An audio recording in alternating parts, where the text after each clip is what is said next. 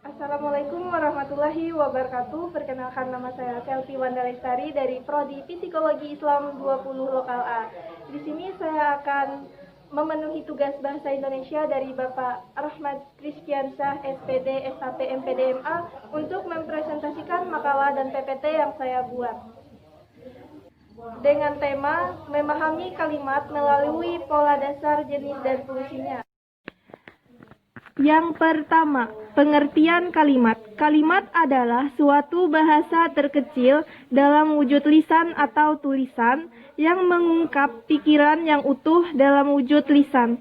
Kalimat diungkapkan dengan cara naik turun, keras lembut di sela jeda, dan diakhiri dengan intonasi akhir sekurang-kurang kalimat dalam ragam resmi, baik lisan maupun tulisan harus memiliki subjek S dan predikat P.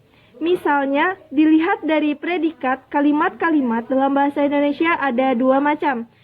Kalimat berpredikat kata kerja, kalimat tidak berpredikat kata kerja. 1. Kalimat yang berpredikat kata kerja. Jika ada kata kerja, suatu untayan, kata kerja itu dicadangkan sebagai predikat dalam kalimat itu. Contoh, tugas itu dikerjakan oleh anak SMA. Kata kerja dalam kalimat ini ialah dikerjakan. Kata dikerjakan adalah predikat dalam kalimat tersebut. Apa yang dikerjakan oleh anak SMA itu? Sebuah kata kerja dalam sebuah kalimat tidak dapat menduduki status predikat kalau di depan kata kerja itu terdapat partikel untuk dan sebangsa. Dengan itu seperti pada pernyataan di bawah ini. Contoh, serigala yang menerkam kambing itu. Murid SMA yang meninggalkan ruangan sekolah. Pertemuan untuk memilih ketua kelas baru. 2. Kalimat yang berpredikat bukan kata kerja. Kalau dalam suatu pernyataan tidak terdapat kata kerja, kata yang dapat dicadangkan sebagai kata benda ialah kata sifat. Di samping itu, kata bilangan dan kata benda pun dapat dijadikan sebagai predikat. Contoh, rambutnya hitam dan lebat, kaki meja itu 4, gedung itu adalah gedung kuliah. B. Pola dasar kalimat. Pola dasar kalimat ialah kalimat yang berisi informasi pokok dalam struktur inti, belum mengalami perubahan. Kalimat dasar berpola. Kalimat dasar tipe ini memiliki unsur subjek dan predikat. Predikat kalimat pada tipe ini dapat berupa kata kerja, kata benda atau kata sifat, dan kata bilangan. Mereka sedang berenang. Mereka sedang berenang. V atau kata kerja. C. Jenis kalimat menurut struktur gramatikalnya, besar gaya retoriknya, dan fungsinya. Menurut strukturnya, kalimat bahasa Indonesia dibagi menjadi kalimat tunggal dan kalimat majemuk. Kalimat majemuk dapat bersifat setara, koordinatif, tidak setara, subordinatif. Kalimat tunggal terdiri atas satu subjek dan satu predikat. Berikut merupakan contoh dan pola-pola dasar kalimat.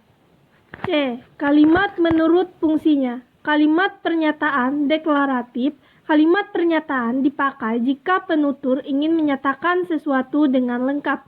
Jika ia ingin menyampaikan informasi. Pertama, Presiden Soekarno mengadakan kunjungan ke luar negeri. Kedua, tidak semua nasabah bank memperoleh kredit yang murah.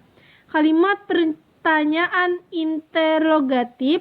Kalimat ini digunakan ketika ingin memperoleh informasi atau reaksi yang diharap. Pertama, kapan kamu berangkat ke Jepang? Kedua, mengapa dia gagal dalam perlombaan? Kalimat perintah dan permintaan imperatif. Kalimat ini dipakai jika akan menyuruh atau melarang. Contoh, 1. Tolong buatkan saya kopi. 2. Jangan pelit untuk mengeluarkan zakat karena kita sudah tergolong orang mampu. Kalimat seruan. Kalimat seruan dipakai ketika ingin mengungkapkan perasaan yang kuat atau mendadak. Contoh, 1. Kamu cantik banget. 2. Aduh, pekerjaan rumah saya tidak terbawa. E. Kalimat efektif. Kalimat yang efektif adalah kalimat yang mampu menimbulkan kembali ide-ide dan pikiran pembaca Pendengar seperti yang ada dalam pikiran pembicara, penulis. Kalimat efektif terdiri atas subjek, predikat, objek, dan nama atau pelengkap. Contoh, kalimat yang disusun secara tidak lengkap. Lira, kalimat fragmentaris. Lira belajar, kalimat efektif tidak lengkap.